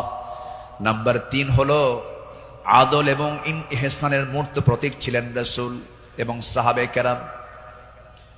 আদল কাকে বলে, ইনসাফ কাকে বলে, ইহসান কাকে বলে, যদি আমরা মডেল হিসেবে গ্রহণ করব আমার নবী এবং সাহাবে কেরামকে, আল্লাহ রাব্বুল আলামিন এই শানে বলেছেন, ইন্নাল্লাহা ইয়া'মুরু বিল আদলি ওয়াল ইহসানি ওয়া ইতাই যিল কুরবা ওয়া ইয়ানহা আনিল ফাহশাই ওয়াল মুনকারি ওয়াল বাগি ইয়া'iদুকুম লা'আল্লাকুম তাযাক্কারুন। জোরে বলুন আল্লাহু আকবার। আমার বন্ধুগণ, আদালত কাকে বলে? সাইয়েদনা ওমর ফারুক রাদিয়াল্লাহু তাআলা আনহু অর্ধ দুনিয়ার শাসনকর্তা, তিনি একদিন ঘোড়া কিনতে গেছেন বাজারে। কি কিনতে গেছেন? ঘোড়া কিনতে গেছেন। আজকের বাজারে যেমন হোন্ডা কিনতে যায়, গাড়ি কিনতে যায়, আগের যুগে মানুষ কিনতে যেত কি? ঘোড়া। সাইয়েদনা ওমর ফারুকের প্রয়োজন, ঘোড়া কিনতে গেছেন। ঘোড়াওয়ালার সঙ্গে কথা বললেন, দামাদামি করে নিলেন, ঘোড়া একটা কিনলেন, দামটা দিয়ে দিলেন, কেনা বেচা হয়ে গেছে, চুক্তি সম্পন্ন হয়ে গেছে। ঘোড়া কিনে নিয়ে বাড়িতে চলে আসবেন। কয়েক মাইল ঘোড়ার পিঠে তিনি চড়েছেন, কয়েক মাইল আসতে না আসতেই তার ঘোড়ার 4টা পা অকেজ হয়ে গেছে। 4 পা যখন অকেজ হয়ে গেছে, সাইয়েদনা ওমর ফারুক একটু খেপে গেলেন, রেগে গেলেন। রেগে গিয়ে সোজা চলে গেছেন সেই ঘোড়াওয়ালার কাছে গিয়ে বলছেন, ঘোড়াওয়ালা তুমি আমাকে এমন ঘোড়া দিলে কেন? যে ঘোড়াটা আমি 4-5 মাইল যেতে না যদি 4টা পায়ে তার অকেজ হয়ে গেছে, অসুস্থ ঘোড়া দিয়েছ, আমি এই ঘোড়া নেব না। সঙ্গে সঙ্গে ঘোড়াওয়ালা বলছেন, আমিরুল মুমিনিন আমি আপনাকে যে ঘোড়াটা দিয়েছি সুস্থ ঘোড়া দিয়েছি। আপনি যখন আমার কাছ থেকে ঘোড়াটা কিনতে এসেছিলেন সেই সময় ঘোড়াটা সুস্থ ছিল, আপনার মালিকানা যাওয়ার পরে ঘোড়াটা অসুস্থ হয়ে পড়েছে। সাইয়েদনা ওমর ফারুক একটু খেপে গিয়ে বলছেন, অসুস্থ ঘোড়া আমি নেব না, ঘোড়া ফেরত নাও, টাকাটা আমাকে দিয়ে দাও। এবার ঘোড়াওয়ালা বলছে, আমিরুল মুমিনিন, আমি যত বলবো আপনি যত বলবেন কোনো ফায়সালা আসবে না। ঠিক আছে, আমার কথা এবং আপনার কথা দুটা নিয়ে আমরা চলুন, আমরা আদালতে যাই। কোথায় যাই? আদালতে চলে যাই। ইন্নাল্লাহা ইয়া'মুরু বিল আদাল, আদালতের সম্মুখীন হয়ে যাই। সাইয়েদনা ওমর ফারুক রাদিয়াল্লাহু তাআলা আনহু তখন অর্ধ দুনিয়ার শাসনকর্তা। এই কথা শোনার সঙ্গে সঙ্গে তিনি তার সকল কথাকে তিনি অফ করে দিলেন, চুপ মেরে গিয়ে বলছেন, ঠিক আছে ঘোড়াওয়ালা চলো আদালতে হাজির হই, চলো আদালতে ফায়সালা দিয়ে দেবে। চিন্তা করে দেখুন, অর্ধ দুনিয়ার শাসনকর্তা ওমর ফারুক সামান্য এক ঘোড়াওয়ালা মামলা দিচ্ছে, সেই মামলায় তিনি হাজির হচ্ছেন। চলে গেলেন আদালতে। আদালত চত্বরে গিয়ে যখন হাজির হলেন, বিচারালয়ের চেয়ারে বসা একজন কাজী যখন সাইয়েদনা ওমর ফারুককে দেখেছেন, দেখা মাত্রই তিনি দাঁড় হয়ে বলছেন, আমিরুল মুমিনিন, আপনি কেন আদালতে, কি হয়েছে? তিনি এবার বলছেন, বিচারপতি, আমি ঘোড়া কিনতে গেছি, ঘোড়া সে আমাকে অসুস্থ ঘোড়া দিয়েছে, আমি এই ঘোড়া নেব না, সেজন্য বিচার আদালত পর্যন্ত গড়িয়েছে, কি করা যায়? কাজী সুরাই ইবনুল হারিস আল কিন্দি রাহিমাহুল্লাহ সেই বিচারপতির নাম। তিনি বলছেন, আমিরুল মুমিনিন, দুপক্ষের কথাই তো শুনতে হবে। দুপক্ষের কথাই তিনি শুনলেন। ঘোড়াওয়ালাও তার বক্তব্য দিল, খলিফাতুল মুসলিমিন তিনিও তার বক্তব্য পেশ করলেন, তার কথাগুলো বললেন। দুজনের কথা শোনার পরে কাজী সুরাই ইবনুল হারিস আল কিন্দি রাহিমাহুল্লাহ এবার বলছেন, আমিরুল মুমিনিন, অবশ্যই আপনি সম্মানিত, আপনি খলিফাতুল মুসলিমিন, কিন্তু আদালতটাকে কায়েম করার জন্য আমি আজকে আপনার কাছে দুঃখ প্রকাশ করছি। আজকে এই আদালতের রায়টা আপনার পক্ষে যাবে না, এই রায়টা সম্পূর্ণ ঘোড়াওয়ালার পক্ষে চলে যাবে। আমি আপনাকে বুঝাইয়া দিচ্ছি। এবার তিনি বলছেন, আমিরুল মুমিনিন, আপনি আমার সামনে যে কথা বলছেন, আপনি এই জায়গা থেকে সুস্থ অবস্থায় বাড়ি পর্যন্ত ফিরবেন, তার কোনো গ্যারান্টি আছে নাকি? না, গ্যারান্টি নাই। তাই যদি হয় যে ঘোড়াটা আপনি কিনে নিয়েছেন, সেই ঘোড়াটা সুস্থ অবস্থায় কিনেছেন, আপনার মালিকানায় যাওয়ার পরে ঘোড়াটা অসুস্থ হতেই পারে, অসুস্থ হয়ে গেছে, কিন্তু সেই ঘোড়াটা ফেরত দিয়া আপনি টাকা ফেরত নিবেন, এমনটা তো ইসলাম এলাও করে না। সাইয়েদনা ওমর ফারুক রাদিয়াল্লাহু তাআলা আনহু একটা কথাও বললেন না। আদালত চত্বর থেকে তিনি বের হয়ে গেলেন। পরের দিন তিনি মাজলিসে শুরার বৈঠকে বসলেন, সবাইকে জানান দিলেন যে আমার সমস্ত উপস্থিত সমস্ত পরামর্শ সভার সদস্যবৃন্দ, গতকালকে আমি একজন বিচারপতি পেয়েছি, এত বড় আদিল মানুষ আমি দেখি নাই, এত বড় আদিল, ইমামুন আদিল, এত সুন্দর রায় সে দিয়েছে, তার এত বড় সাহস, সে ব্যক্তির দিকে তাকায় নাই, সে আইনের দিকে তাকাইছে, আদালতের দিকে তাকাইছে। আমি ওমর আমার বিরুদ্ধে সে রায় দিয়েছে, এই লোকটাকে সাধারণ বিচারপতি না বানায় তাকে কেন্দ্রীয় বিচারপতি বানায় দিলাম। আল্লাহু আকবার বলেন। সম্মানিত ভাইয়েরা, সম্মানিত বন্ধুগণ, বিগত 16 বছর যে বিচারগুলো হয়েছে, প্রহসনের বিচার হয়েছে, অনেক মার কোল তারা শূন্য করেছে, অনেক আল্লাহর গোলামের উপরে তারা জুলুম করেছে। 2018 সালে হঠাৎ করে আমার বাড়ি চতুর্দিক থেকে কয়েকশো পুলিশ আমার বাড়ি ঘেরাও করে আমাকে ধরতে গেছে। বিশাল বড় সন্ত্রাসী তো, ধরতে গেছে। তো বললাম, ভাই কি সমস্যা কি, চলেন থানায় যেতে হবে। থানায় নিয়ে গেল। ওসির সামনে বসে আছি, দেখি ওসির চোখের ভিতরে পানি টলমল করছে, অশ্রুপূর্ণ চোখ। তো বললাম, আপনি কান্দেন কেন? হুজুর, আমি আপনার খুব ভক্ত। তো ভক্ত তো ধরছেন কেন? বলে যে কি করব হুজুর, চাকরি বাঁচান তো ফরজ, সন্তানাদি আছে, কি করব, উপর থেকে খুব চাপ, হুজুর আপনি আমাকে মাফ করে দিয়েন। কি করবেন, চাকরি বাঁচান তো ফরজ। আমি বললাম, চাকরি বাঁচান ফরজ, ইমান বাঁচান নফল। মামলা একখান দিয়া চালান দিয়ে দিল, কোর্টে নামঞ্জুর করলো, কোনো মঞ্জুর হবে না। সেখান থেকে নিয়ে চলে গেল জেলখানায়। জেলখানায় ঢুকলাম, ঢুকেই দেখি ৮০-৮৫ বছরের এক বুড়া মানুষ আমারে দেখে লম্বা একখান সালাম দিয়ে বলে, হুজুর আপনি জেলখানায় ঢুকলেন, খুব খুশি হলাম। তো বললাম, ঢুকলাম জেলখানায়, খুশি হলেন আপনি, ব্যাপারটা কি? বলে, হুজুর দূর থেকে ওয়াজ শুনি, দূর থেকে আলোচনা শুনি, কাছে যেতে পারি না, মুসাফা করতে পারি না, একটু মনের কথাগুলো বলবো তাও পারি না। কত সুন্দর আপনি আমার কাছে ধরা দিলেন, দোয়া করে জেলখানায় থাকেন।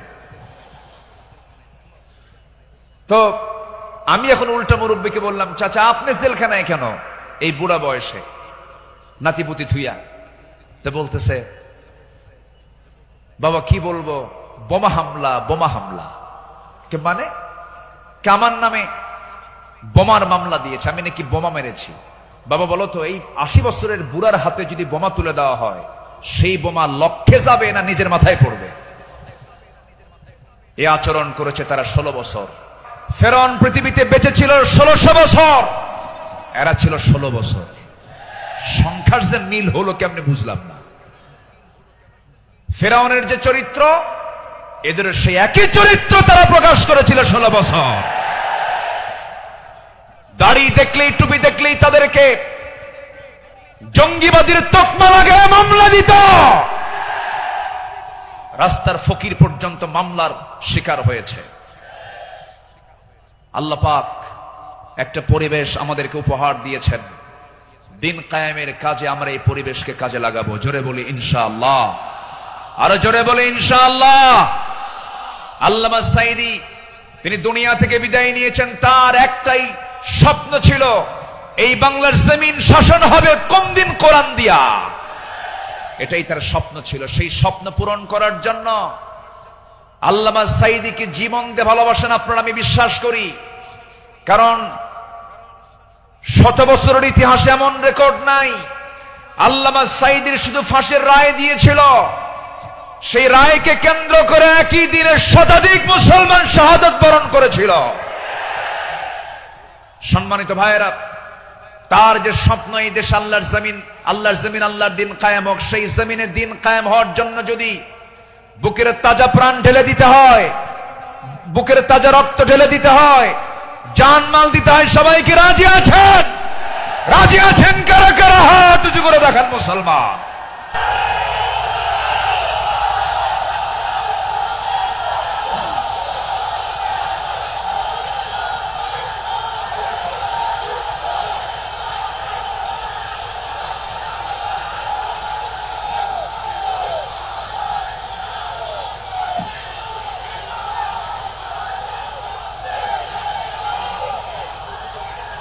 আল্লাহ কবুল করুন, জোরে বলে আমিন, আরো জোরে আমিন।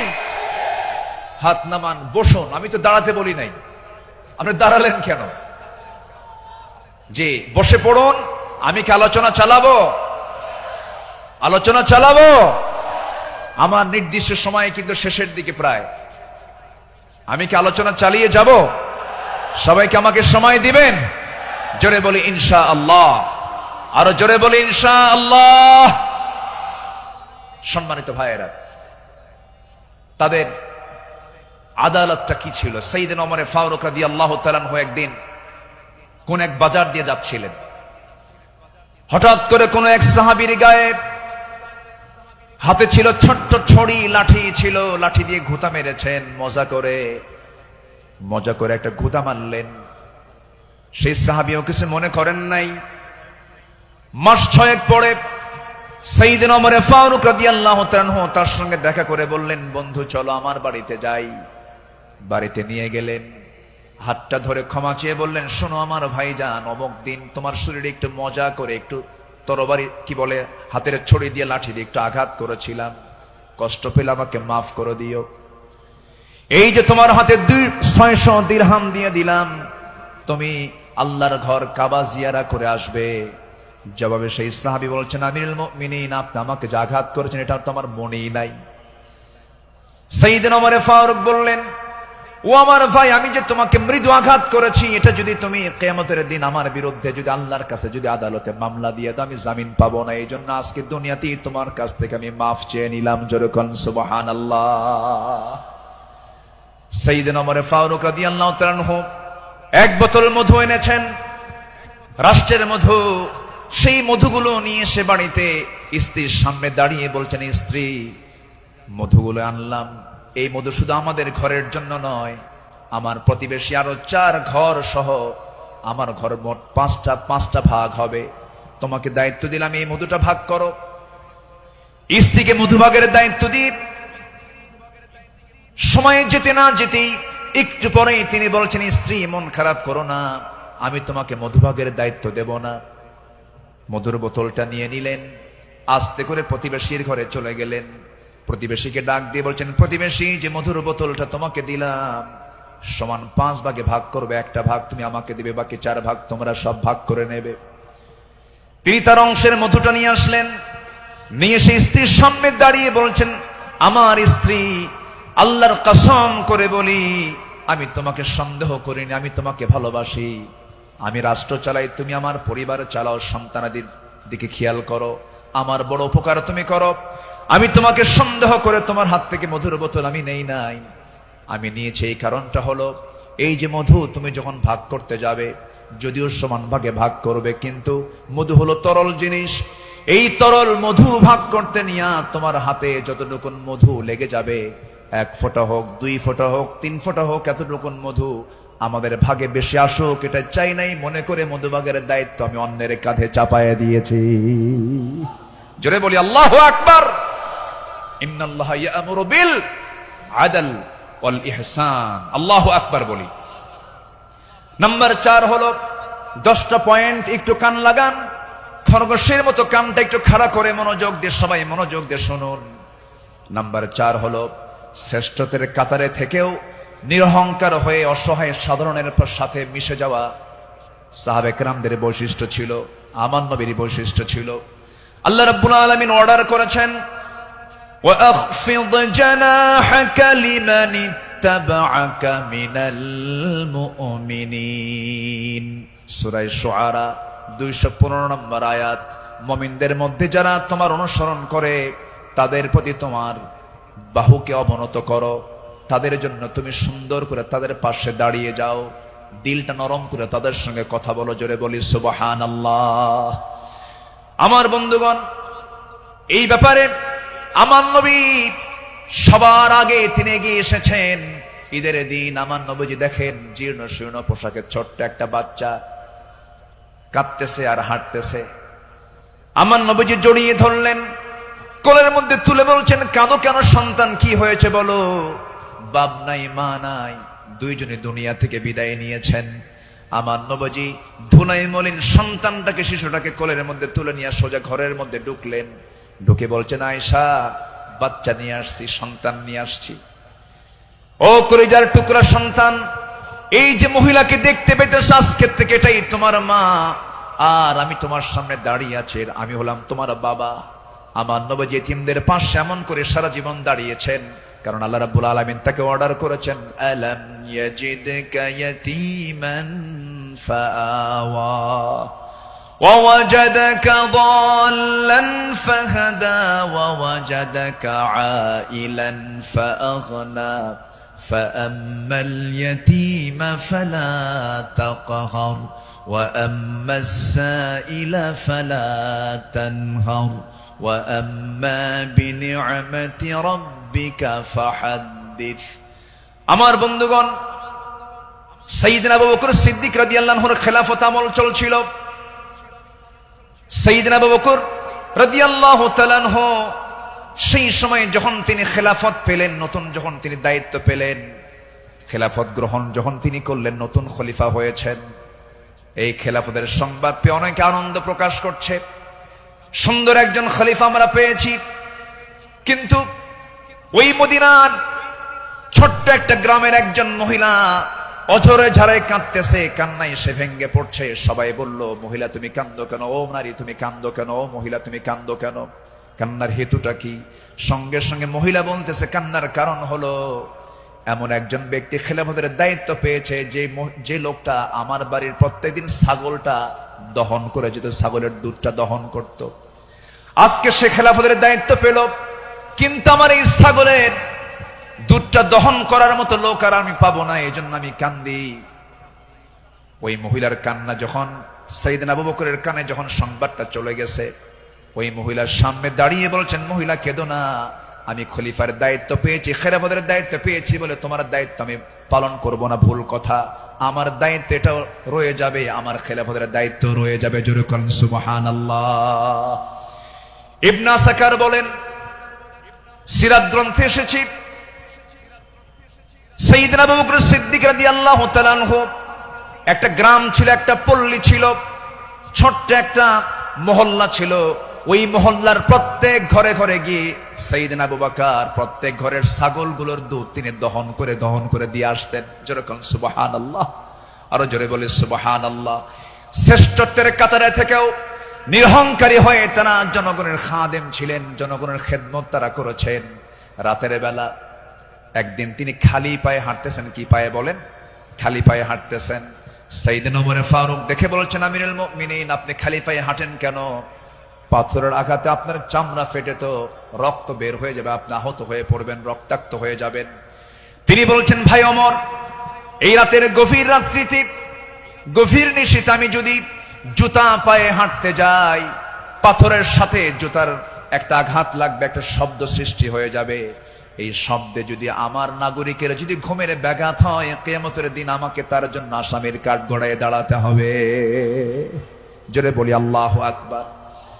ঢাকা থেকে নেতা আসিতেছেন চট্টগ্রাম, ঢাকা চট্টগ্রামের রোড 4 ঘন্টা বন্ধ। এমন নেতৃত্ব আমরা চাই না।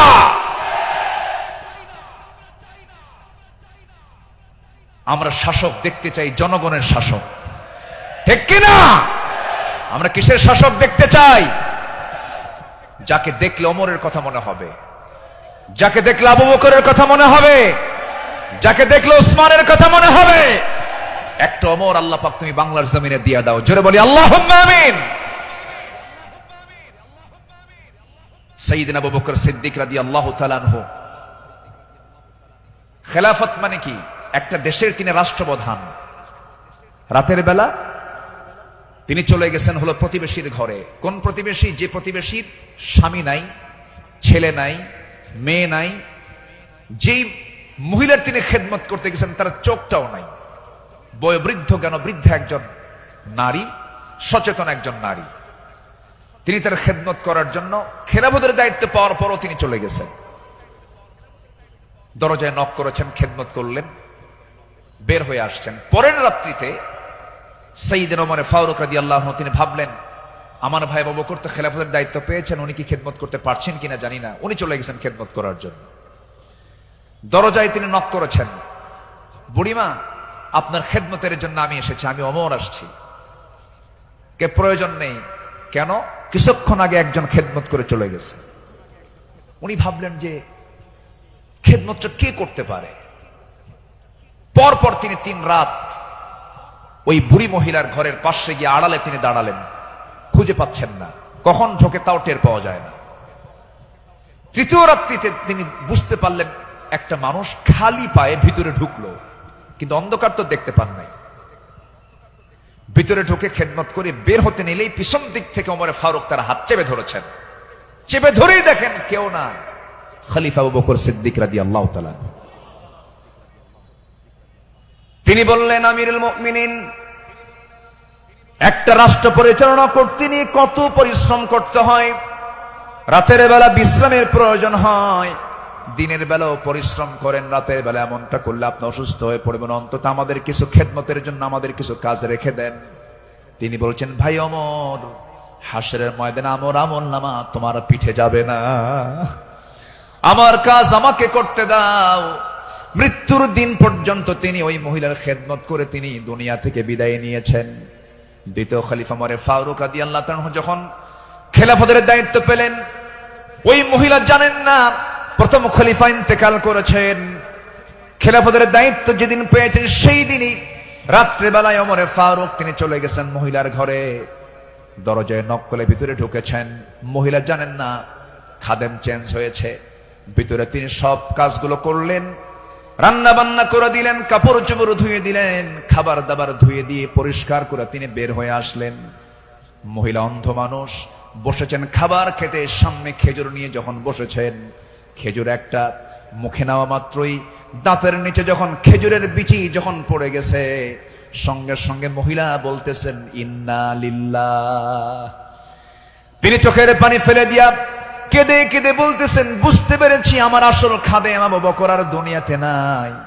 আমার আবু বকর যখন আমার খেদমত করতে আসতো, যখন সে খেজুরগুলো আমাকে ধুয়ে দিত, শুধু খেজুর শুধু ধুয়ে দিত না, খেজুরগুলো ধুয়ে ভিতরের যে বিচিগুলো আছে বিচিগুলো সরায়া আমার সামনে রেখে দিত, যেন আমার খেতে কোনো কষ্ট না হয়। জোরে বলে সুবহানাল্লাহ, আরো জোরে বলে সুবহানাল্লাহ। শাসক ছিলেন, শাসকের কাতারে থেকেও তারা নিরহংকারী হয়ে জনগণের সেবা করেছেন। আল্লাহু আকবার বলে। সাইয়েদনা ওমর ফারুক রাদিয়াল্লাহু তাআলা আনহু, তিনি যেদিন শাসনভার তার কাছে আসে, তার কাঁধে যখন আসে, সেই দিন থেকে নিয়ে শুরু করে মৃত্যুর দিন পর্যন্ত কোন রাত তার পিঠটা তার বিছানার সঙ্গে লাগাতে দেননি।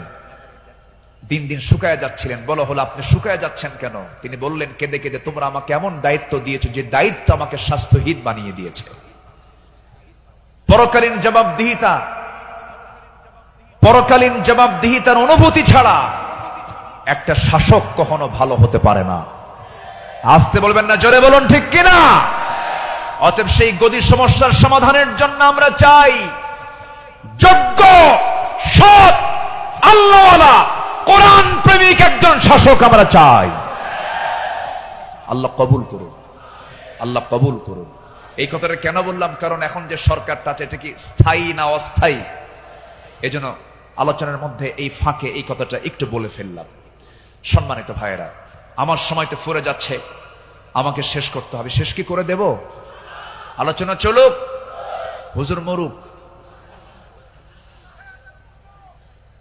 জি, জোরে বলি ইনশাআল্লাহ। জি, আল্লাহ কবুল করুন, জোরে বলি আমিন।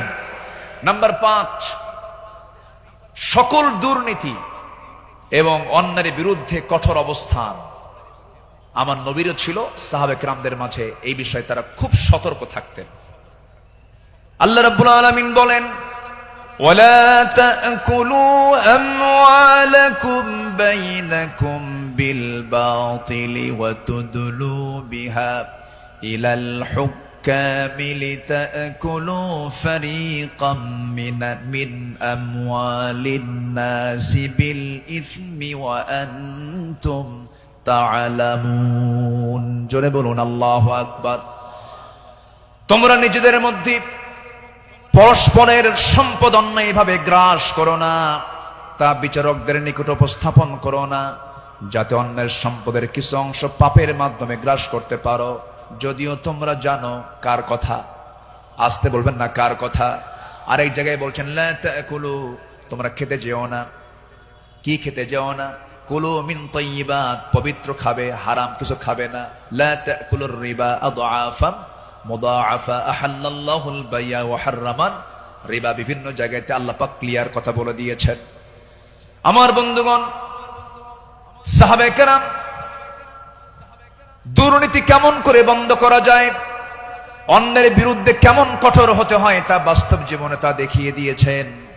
বাস্তব জীবনে আল্লাহ রাসূল তা বুঝিয়ে দিয়েছেন। বিচার কেমনে করতে হয়, বিচারের রায় কেমনে নামাতে হয়, তাও রাসূল শিখিয়ে দিয়েছেন। বিচার কি সবার জন্য সমান না সমান? আইন সবার জন্য, আইন সবার জন্য সমান। আমার নবীজি বসে আছেন, একটা বিচার আসলো। এক সম্ভ্রান্ত পরিবারের মহিলা কন্যা সন্তান চুরি করে ধরা পড়েছে। রাসূল বললেন, কোনো কথা নাই, হাত কাটো, হাত কেটে ফেলো। রাসূল অর্ডার দিলেন। আমার নবীর উপরে কথা বলার কোনো সাহস কারো নাই।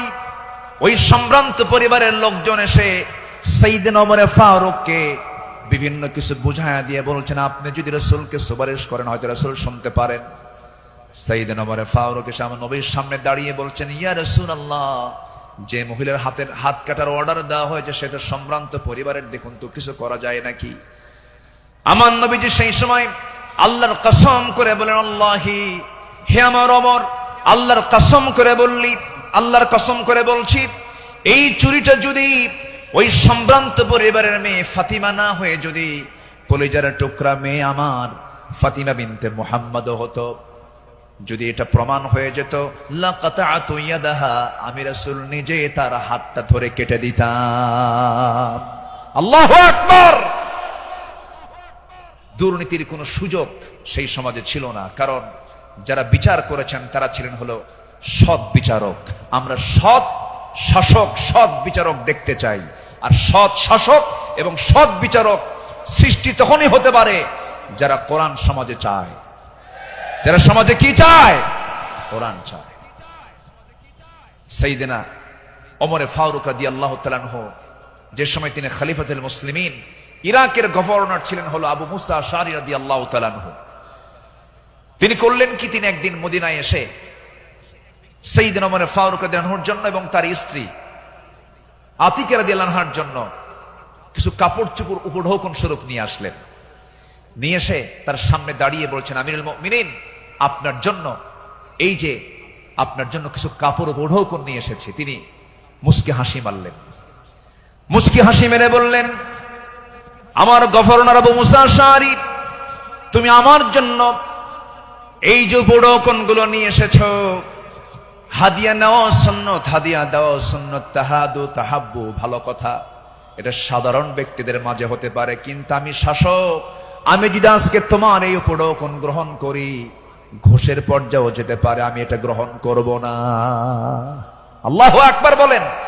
তিনি না গ্রহণ করে তার হাদিয়াটাকে, উপঢৌকনটাকে তিনি ফেরত দিয়েছেন। শাসকের কাতারে থেকে এমন উপঢৌকন নাও আমি জায়েজ মনে করি না, বললেন ওমর ফারুক রাদিয়াল্লাহু তাআলা আনহু। আল্লাহু আকবার। সম্মানিত ভাইয়েরা, সম্মানিত বন্ধুগণ, নাম্বার 6 হলো নির্ভীকতা এবং মহান আল্লাহর উপরে দৃঢ় তাওয়াক্কুল করা। এটা ছিল আমার নবী এবং সাহাবে কেরামদের সারা জীবনের আমল ছিল। জীবনে তারা চুল পরিমাণ কোনো ভয় পান নাই। আমরা কি ভয় করব কাউকে? কাকে ভয় করব? আল্লাহ ছাড়া কাউকে ভয় করা জায়েজ আছে? আল্লাহকে ছাড়া কাউকে ভয় করা কি জায়েজ আছে? আমার নবীজি কোন এক যুদ্ধের ময়দানে যাবেন, একটা গাছের নিচে তিনি শুয়ে পড়লেন। বাবলা গাছ, বাবলা গাছের ডালে তরবারি রেখে তিনি বিশ্রাম নিচ্ছিলেন। হঠাৎ করে এক বেদুইন এসে আমার নবীর সেই তলোয়ারটা তার হাতে তুলে নিয়ে বলতেছে, মুহাম্মদ, আমার হাতে তোমার জীবন, আমি তোমাকে এখন হত্যা করতে পারি। এই কথা বলা মাত্রই বলতেছে, এখন তোমাকে কে বাঁচাবে? বেদুইন বলছে, তোমাকে এখন কে বাঁচাবে মুহাম্মদ? আমার নবীজি বলেন, আমাকে বাঁচাবেন আমার আল্লাহ, আমাকে বাঁচাবেন আমার আল্লাহ, আমাকে বাঁচাবেন আমার আল্লাহ। 3 বার রাসূল যখন বললেন, ওই বেদুইনের হাত থেকে তরবারি থরথর থরথর করে পড়ে গেল। আমার নবীজি দৌড় মেরে গিয়ে সেই তরবারি হাতে নিয়ে বললেন, বেদুইন, এখন তোমাকে বাঁচাবে কে? আমি তো আল্লাহর কাছে আশ্রয় নিয়েছি, আল্লাহ আমাকে বাঁচাবে, এখন তোমাকে কে বাঁচাবে?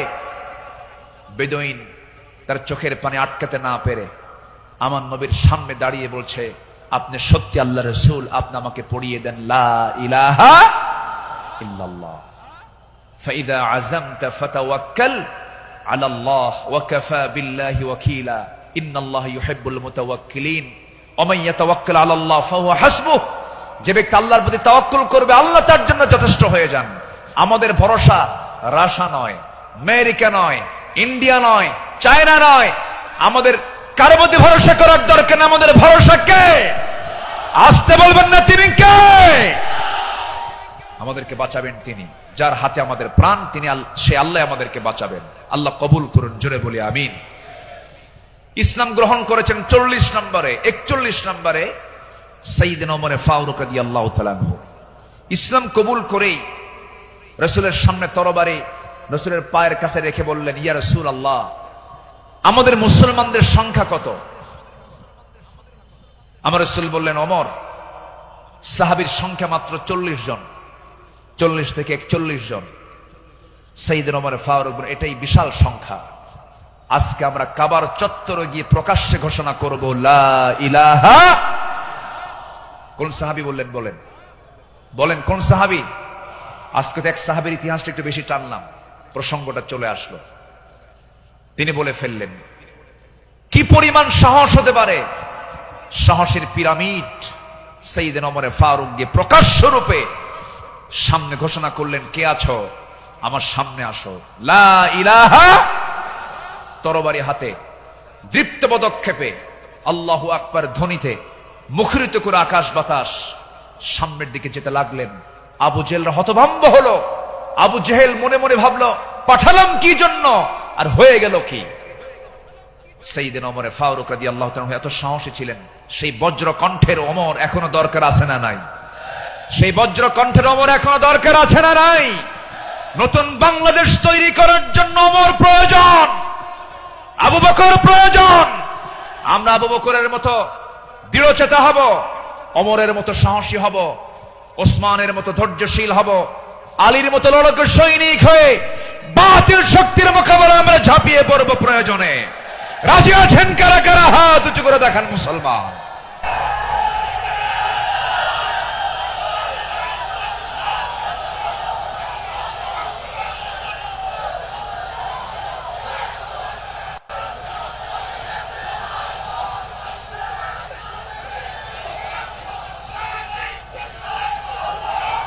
আল্লাহ কবুল করুন, জোরে বলে আমিন, আরো জোরে আমিন।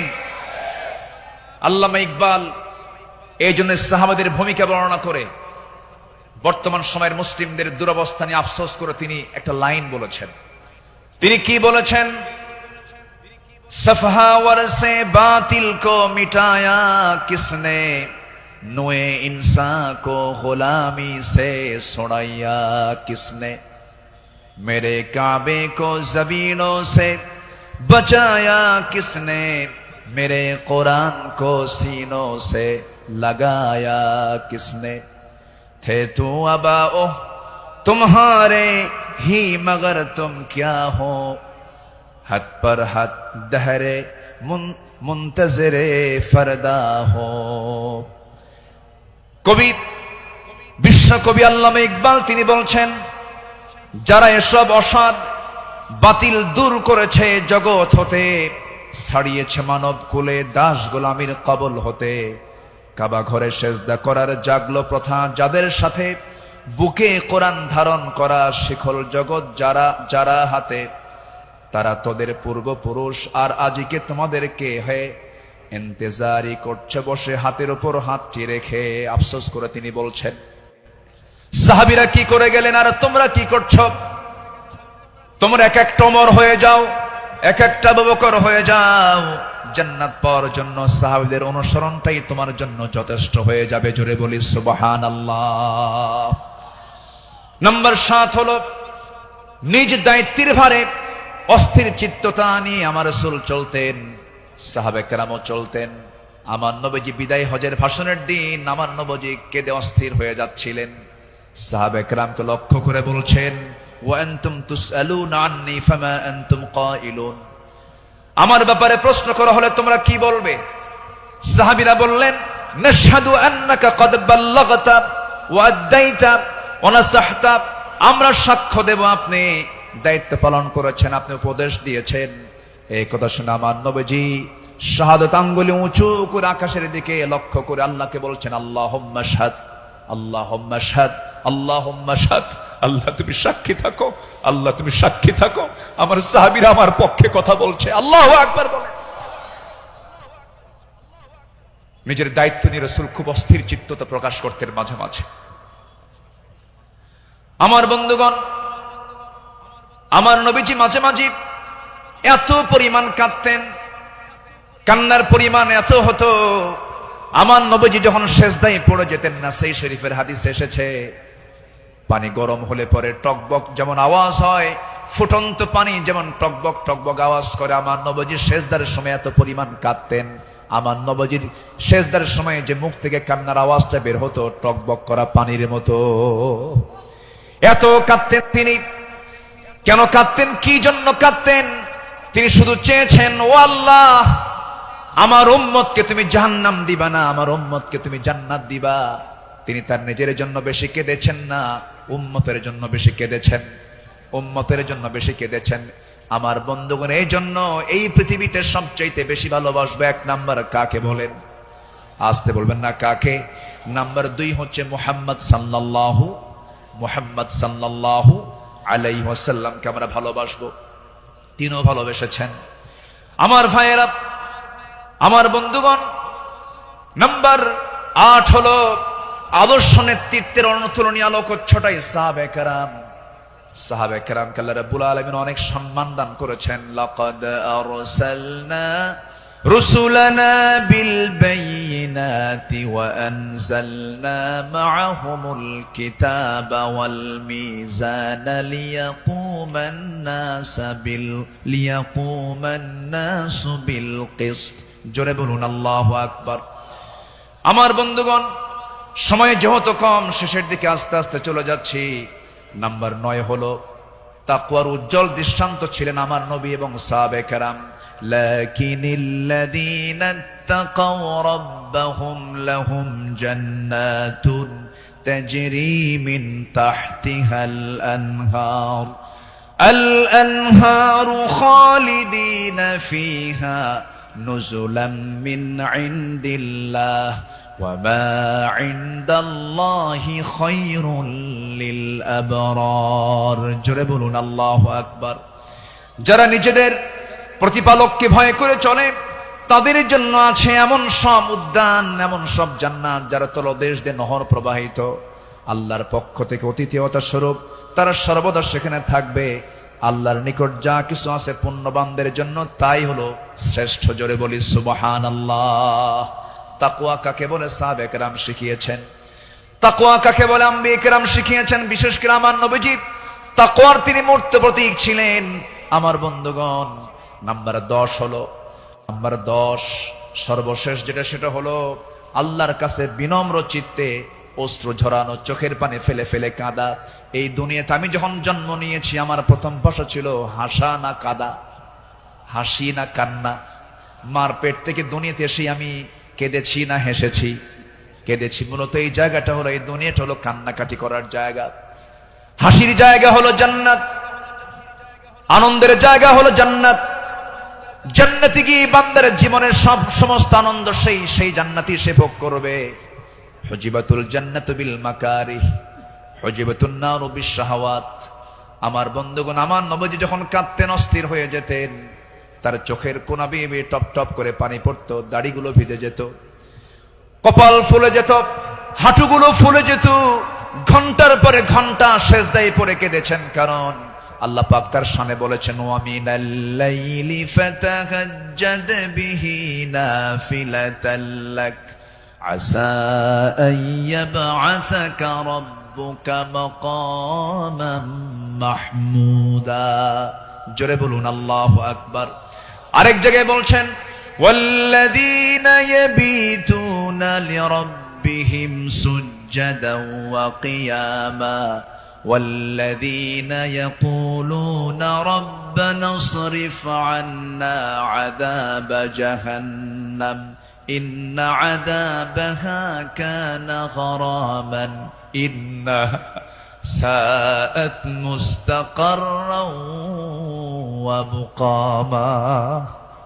আল্লাহর যারা বান্দা হবে, রাত গভীর হয়ে যাবে, সবাই ঘুমের সাগরে হাবুডুবু খাবে, কিন্তু আল্লাহর পছন্দের বান্দা যারা, তারা তো জানেই আল্লাহ সব সময় প্রথম আকাশে আসেন না। আল্লাহ তাআলা প্রথম আকাশে আসেন কোন সময়? বলুন কোন সময়? কোন সময়? কোন সময়? কোন সময়? শেষ রাত্রিতে চলে আসেন। ফিস সামাইদ দুনিয়া আলা মিন মুস্তাগফিরিন ফাগফির লাহ। কোন ক্ষমা প্রার্থী আছে আমার কাছে ক্ষমা চাবে? সেই সময় আল্লাহ পাক দুনিয়ার আকাশে চলে আসেন। আল্লাহর পছন্দের বান্দা এই চান্সটা ছেড়ে দেন না। শেষ রাত্রে উঠে চোখের পানি ফেলে শিশুর মতো যারা কান্দাকাটি করবে, আল্লাহর কাছে যারা রোনাজারি করবে, আপনি কি জানেন 7 সমুদ্রের পানি দিয়ে জাহান্নাম নিভতে পারে না, কিন্তু বান্দা যদি আল্লাহর ভয়ে 1 ফোঁটা চোখের পানি ফেলতে পারে, 1 ফোঁটা চোখের পানি 7টা জাহান্নামকে নিভাইয়া দিতে পারে। আমরা কাঁদবো কার কাছে? আসতে বলবেন না, কাঁদবো কার কাছে? পৃথিবীতে কান্নাকাটি করার জায়গা কয়টা? বলেন কয়টা জায়গা? এক জায়গা। কার কাছে? আল্লাহর কাছে আমরা চোখের পানি ফেলে ফেলে কাঁদবো, আল্লাহর কাছে আমরা রোনাজারি করব। পৃথিবীর মানুষের কাছে কাঁদবেন, কেউ বলবো ফিনাতে এমনি কান্দে, কোন একটা লক্ষ্য আছে, মতলব খারাপ। কত কি বলবে, স্বামী তার বউয়ের কাছে কাঁদবে, বউ তার স্বামীর কাছে কাঁদবে, ছেলে বাবার কাছে কাঁদবে, বাবা ছেলের কাছে কাঁদবে, সেখানে কিছু স্বার্থ থাকতে পারে। কিন্তু বান্দা যদি শুধুমাত্র আল্লাহর জন্য কাঁদতে পারে, আল্লাহ রাব্বুল আলামিন তার বান্দার সেই কান্নার পরিপূর্ণ জাযা, পরিপূর্ণ পুরস্কার সেই বান্দার হাতে তুলে দিবেন। এই জন্য আমরা চোখের পানি খরচ করব কার জন্য? আসতে বলবো না, কার জন্য আমরা খরচ করব? ইন্নাল্লাযীনা উতুল ইলমা মিন ক্বাবলিহি ওয়া ইযা ইউতলা আলাইহিম ইয়াখিরুনা লিল আযকানি সুজদা। সূরা বনী ইসরাঈল 107 নম্বর আয়াত। যাদেরকে এর পূর্বে জ্ঞান দান করা হয়েছে, তাদের সামনে যখন আবৃত্তি করা হয়, তখন তারা বিনয়ের সাথে কাঁদতে কাঁদতে ভূমিতে জমিনে তারা লুটিয়ে পড়ে। ইয়াখিরুনা লিল আযকানি সুজদা। এই জন্য আমরা কাঁদবো। চোখের পানি যদি ফেলতে চাই, একমাত্র ফেলবো আমরা কার জায়গায়? কার কাছে? বলেন কার কাছে? কার কাছে? আল্লাহর কাছে। সাইয়েদনা ওমর ফারুক রাদিয়াল্লাহু তাআলা আনহু একদিন বসে আছেন, তার পাশে এক সাহাবী বসে একটা হাদিস বর্ণনা করছিলেন।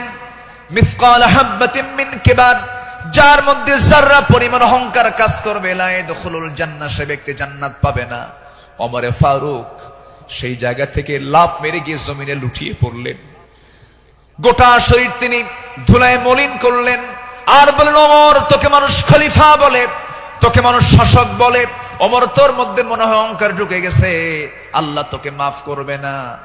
আকাশের দিকে দুটো হাত তুলে আফসোস করে বলছেন, আকাশের মালিক আল্লাহ, তুমি যদি গোটা দুনিয়ার সমস্ত মানুষকে তুমি যদি জান্নাত দিয়ে দাও, আর একজন ব্যক্তিকে যদি জাহান্নাম দিয়ে দাও, আমার মনে হয় আমি ওমর সে একজন ব্যক্তি, জাহান্নাম আমি যাব মনে হয় আমার সে আমল নাই, আল্লাহ আমাকে মাফ করে দিও, আল্লাহ আমাকে ক্ষমা করে দিও। এরকম করে তারা আল্লাহর সামনে চোখের পানি ফেলে ফেলে কেঁদেছেন। একজন সাহাবীর কাছে মুনাফিকের তালিকা ছিল, সেই সাহাবীর কাছে মাঝে মাঝে ওমর ফারুক যেতেন, গিয়ে বলতেন, ভাই ওমর, দেখো তো মুনাফিকের তালিকার মধ্যে আমি ওমর, আমার নামটা আছে নাকি? আমার নামটা আছে নাকি? সাহাবী বলতেন, ভাই ওমর, আপনার নাম থাকবে কেন? আপনি তো জান্নাহ, ওমর ফিল জান্নাহ। তিনি উত্তরে বলতেন, ভাই রে, আমার মন বলছে কেন যেন মনে হয় আমি কি মুনাফিকের কাতারে চলে গেলাম কিনা। কি চিন্তা তাদের মধ্যে কাজ করতো, কার ভয়, কার ভয়, কার ভয়? আসতে বলবেন না, কার ভয়? সবাই কি তাহাজ্জুদের নামাজ পড়তে রাজি আছেন? 5 ওয়াক্ত নামাজ পড়ার দরকার নাই? হ্যাঁ, কি দরকার আছে কিনা বলেন? তাহলে 5 ওয়াক্ত নামাজও পড়বো, এবং স্পেশাল অফার, ওই সময় চোখের পানি ফেললে বান্দার কোনো দোয়া মিস হয় না। সেটা হচ্ছে কি? ওয়াল্লাযীনা ইয়াবিতুনা লিরাব্বিহিম সুজদান ওয়া কিয়ামা, যারা রাতটা কাটায় দেয় রুকুতে এবং সিজদার মধ্যে। কার কাছে? 5 ওয়াক্ত নামাজ পড়বেন কারা কারা? একটু হাত উঁচু করে দেখান তো, বলি দেখি, জোরে বলি ইয়া আল্লাহ, আরো জোরে ইয়া আল্লাহ। আমাদেরকে 5 ওয়াক্ত সালাত আদায় করার তৌফিক তুমি আল্লাহ দিয়ে দাও। জোরে বলি আমিন, আরো জোরে আমিন, আরো জোরে আমিন। আসুন, যেহেতু আজকে প্রথম রজনী, আগামীকালকেও মাহফিল আছে, সবাই আসবেন কিনা? আমরা এই 5 দিন নিয়মিত মাহফিল আসবো। জোরে বলি ইনশাআল্লাহ। এই মাহফিল চট্টগ্রামবাসীর জন্য একটা বড় নিয়ামত। আল্লাহ তুমি এই মাহফিলকে কবুল করো। জোরে বলি আল্লাহুম্মা আমিন। আমরা আর সময় ক্ষেপণ করব না, যেহেতু আগামীকালকেও এখানে মাহফিল আছে, পরশু আছে, তারপরের দিন আছে, প্রত্যেক দিন নতুন নতুন মেহমান এবার সিলেকশন হয়েছে। কুল্লু জাদীদুন লাযীযুন, আসবেন, এক একটা ফুলের এক একটা ঘ্রাণ আপনারা নেবেন ইনশাআল্লাহ। আল্লাহ পাক এই মাহফিলকে কবুল করুন।